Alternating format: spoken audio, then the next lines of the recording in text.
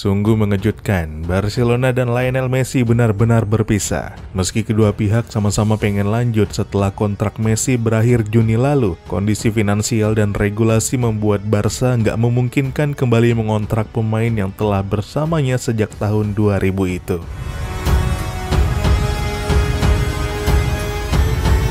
Halo dan selamat datang kembali di Papa Bola. Sebelum kita bahas kenapa hal ini bisa kejadian, kita telusuri dulu ke tahun-tahun kebelakang yang jadi pangkal persoalan dari masalah ini. Sebelum pandemi COVID-19 merebak pada 2020 lalu, Barcelona adalah klub pertama di dunia olahraga yang pernah melewati keuntungan tahunan di atas 1 miliar US dollar atau setara 14,34 triliun rupiah. Tapi sekarang utang kotor klub Katalan tersebut dilaporkan sekitar 1,4 miliar US dollar yang sebagian besar bersifat jangka pendek. Situasi makin buruk karena La Liga melarang klub mengontrak pemain dengan nilai yang secara matematis belum dapat dipenuhi klub. Dan itu juga yang menjadi penghalang besar bagi Barca memberi kontrak kepada Messi, pemain dengan bayaran termahal di dunia. Bahkan meskipun Messi bersedia gajinya dipotong setengah, situasi finansial tetap nggak memungkinkan kontrak baru itu terwujud. Ragam persoalan membuat situasi makin rumit. Persoalan di tubuh finansial Barca dipicu kebijakan transfer yang sangat-sangat buruk. Dimulai dengan penjualan Neymar ke Paris Saint-Germain pada 2017. PSG membayar 220 juta euro untuk Neymar dan menciptakan rekor transfer dunia. Kasat mata, Barcelona jadi tim yang cair banyak dari penjualan tersebut. Namun sesungguhnya yang didapat Barca nggak benar-benar 220 juta euro. Nilai segitu mesti dipotong lagi dengan ongkos pajak, fee agen, dan bayarnya pun nyicil. 3 minggu setelah Neymar hengkang, Barca membidik penyerang Borussia Dortmund asal Prancis, Ousmane Dembélé. Waktu itu, Presiden Barca sendiri, Josep Maria Bartomeu, didampingi orang kepercayaannya di Barca, bernegosiasi dengan perwakilan Dembélé di Jerman. Kabarnya Barca semula nggak akan membayar Dembélé di atas 80 juta euro. Barca malah bersedia menaikkan harganya dengan skema pembayaran 105 juta euro di muka ditambah bonus 42 juta euro jika performa Dembélé bagus. Gak sampai 6 bulan kemudian, Barca membayar Liverpool 160 juta euro untuk mengangkut Philippe Coutinho dari Anfield. Kalau ditotal dengan ongkos Dembélé, biaya transfer dari penjualan Neymar pun sudah kelewat habis. Dan nyatanya, gak satu pun dari Dembélé maupun Coutinho bisa dibilang sukses di Barcelona. Langkah transfer Barca yang buruk terulang pada 2019. Frenkie de Jong dari Ajax Amsterdam lagi naik daun setelah rangkaian penampilan impresifnya. Orang-orang tahu kalau dia fans Barcelona dari kecil dan mestinya ini memudahkan Barca untuk mendatangkannya. Tapi waktu itu de Jong ngerasa kalau dia belum pantas untuk Barca dan ragu bergabung ke klub idolanya itu karena takut bakal cuma jadi cadangan. Dia baru berubah pikiran setelah Bartomeu mendatanginya di Amsterdam. De Jong pun luluh dan mengambil resiko bergabung ke Barca. Klub Katalan itu akhirnya membayar 75 juta euro kepada Ajax untuk mengangkutnya ke Camp Nou. Dan yang mengejutkan, menurut agen pemain Hasan Setinkaya, nilai tersebut sebenarnya 2 kali lebih banyak dari apa yang awalnya diharapkan Ajax. Beberapa bulan kemudian, awal musim panas 2019, kabarnya Neymar mengirim pesan kepada Messi, menyebut kalau dia ingin hengkang dari PSG. Messi pun melihat peluang itu untuk memulangkan Neymar ke Barca, dan kabarnya Messi turut menyampaikan kabar serta niatan tersebut ke Bartomeu. Masalahnya, Barca bakal kesulitan memenuhi nilai 200 juta euro yang ditetapkan PSG untuk Neymar. Konon, Barca sudah mulai kehabisan uang ketika itu. Sebagian karena kebijakan transfer yang sangat boros dan gak kalah andil karena memenuhi kenaikan gaji yang harus dipenuhi untuk Lionel Messi. Antara 2017 dan 2021, Messi mendapat total 555 juta euro atau setara 9,45 triliun rupiah dari Barcelona, sebagaimana laporan dari 30 halaman kontrak Messi yang dirilis koran El Mundo. Dan kabar dari orang dalam Barca menyebut bahwa gaji Messi naik 3 kali lipat antara 2014 dan 2020. Namun sesungguhnya persoalan utama Barca bukanlah bayaran Messi, melainkan para pemainnya secara keseluruhan.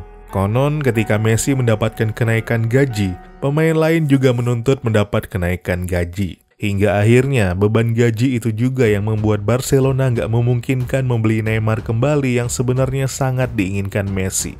Sebagai alternatif, Barca mengeluarkan 120 juta euro untuk membeli Antoine Griezmann dari Atletico Madrid, yang mana pemain ini baru setahun sebelumnya dilaporkan menolak tawaran Barca. Membayar 120 juta euro untuk transfer Griezmann pun menjadi cukup mengejutkan karena begitu besar untuk pemain di atas 25 tahun. Di Barcelona, Griezmann dilaporkan menerima gaji 36,32 juta euro setahun. Secara keseluruhan, Barcelona telah menghabiskan lebih 1 miliar euro untuk transfer pemain selama 2014 dan 2019 terbanyak di jajaran klub sepak bola dunia. Semuanya pun berubah mulai Januari 2020. Untuk mencari striker pengganti Luis Suarez yang cedera, Barca bahkan hanya mampu mencari pemain diskonan. Kabarnya, Direktur Olahraga Eric Abidal sempat akan mendatangkan Cedric Bakambu, pemain Prancis keturunan Kongo yang bermain di Beijing Goan. Namun di menit-menit akhir, Abidal berubah pikiran dan memilih striker yang gak kalah absurd, Martin Braithwaite, yang bahkan waktu itu ngeflop di Middlesbrough, klub divisi Championship Inggris. Transfer absurd Barca lainnya juga terjadi Januari 2020 ketika Barca diam-diam mengontrak pemain 21 tahun bernama Mateus Fernandes. Bisa dibilang transfer yang satu ini cukup dirahasiakan karena gak ada sekalipun perkenalan resmi dilakukan. Dia dibeli dengan fee 7 juta euro dan potensi bonus 3 juta euro, dan usut punya usut, Fernandes ini ternyata cuma pemain cadangan di klub sebelumnya, Palmeiras dari Brazil. Akhirnya Fernandes dipinjamkan ke Real Valladolid dan cuma main 3 kali sebelum kembali ke Barcelona. Musim lalu dia cuma main 17 menit di tim utama Barcelona. Musim panas 2020, defisit transfer pun menghantui Bartomeu dan jajaran direksi klub. Karena mengacu ketentuan pemerintah Spanyol, bagi klub seperti Barca, direktur klub harus membayar dari kantongnya sendiri jika terdapat kerugian terhadap klub. Ketentuan itulah yang membuat direksi klub putar otak agar membukukan profit ketika tahun finansial berakhir 1 Juli. Dan muncullah ide transfer absurd lain yang melibatkan Juventus. Dalam skenario ini, Juve menjual Miralem Pjanic ke Barca dengan fee transfer 60 juta euro, sedangkan Barca menjual gelandang asal Brazil mereka, Arthur Melo, ke Juventus dengan nilai 72 juta euro. Kabarnya nilai tersebut juga hanya akal-akalan akuntansi alias cuma di atas kertas, sedangkan nyatanya yang dibayarkan hanya 12 juta euro oleh Juventus, mengacu selisih harga antara kedua pemain. Bagi Bartomeu dan jajarannya, skema tersebut adalah bisnis yang menolong, tapi nyatanya tidak demikian bagi Barca. Pjanic sudah berusia 30 tahun dan membuat skuad Barcelona justru makin berumur. Gak heran kalau kemudian Barca tersingkir di Liga Champions dengan sangat-sangat pahit lewat kekalahan 8-2 dari Bayern Munchen pada Agustus 2020. Keadaan buruk gak sampai di situ. Barca masih harus memangkas gaji besar para pemain-pemainnya, terutama yang sudah berumur. Luis Suarez pun muncul menjadi tumbal. Di usianya yang ke-33 tahun, Suarez akhirnya pindah ke Atletico Madrid, meskipun Barca tetap mendapat porsi untuk ngebayar gajinya.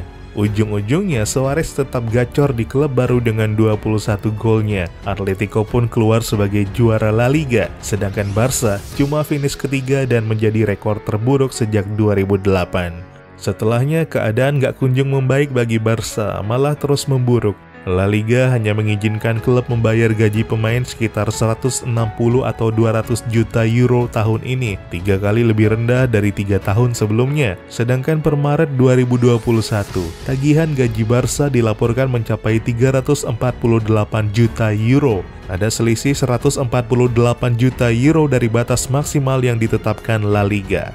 Barca pun di bursa transfer hanya memburu pemain-pemain free agent alias gratisan. Itu pun La Liga hanya mendaftarkan para pemainnya jika Barca telah memenuhi batas gaji yang ditetapkan. Dan untuk mengejar tenggat tersebut, Barca dipaksa melepas pemain-pemain mahalnya. Namun kondisinya, Dembele sedang cedera dan Coutinho masih dalam masa pemulihan, yang mana ini menyulitkan Barca untuk merayu klub lain membeli dua pemain mahalnya itu. Barca memang menggaji pemain-pemainnya dengan angka fantastis. Ada lebih 9 pemain yang gajinya di atas 235.000 euro per pekan. Yang salah satunya adalah Samuel Umtiti yang bahkan gak main sampai 20 kali musim lalu. Tertinggi di Barca saat ini adalah De Jong yang mendapat 416.000 euro per pekan. Barcelona sempat mengakali situasi ini dengan meminta pemotongan gaji 40% oleh para pemainnya, namun sebagian besar permintaan tersebut ditolak mentah-mentah. Kesulitan finansial Barca sebenarnya bisa terbantu seiring kesepakatan investasi CVC dengan La Liga sebesar 2,7 miliar euro atau setara 45,83 triliun rupiah yang juga bakal mengalir ke klub-klub La Liga. Namun demikian, kucuran dana itu tetap nggak banyak membantu selama Barca gagal menyeimbangkan tagihan gaji mereka. Akhirnya, Messi juga yang jadi tumbal dan harus mengakhiri perjalanan panjangnya di Barcelona.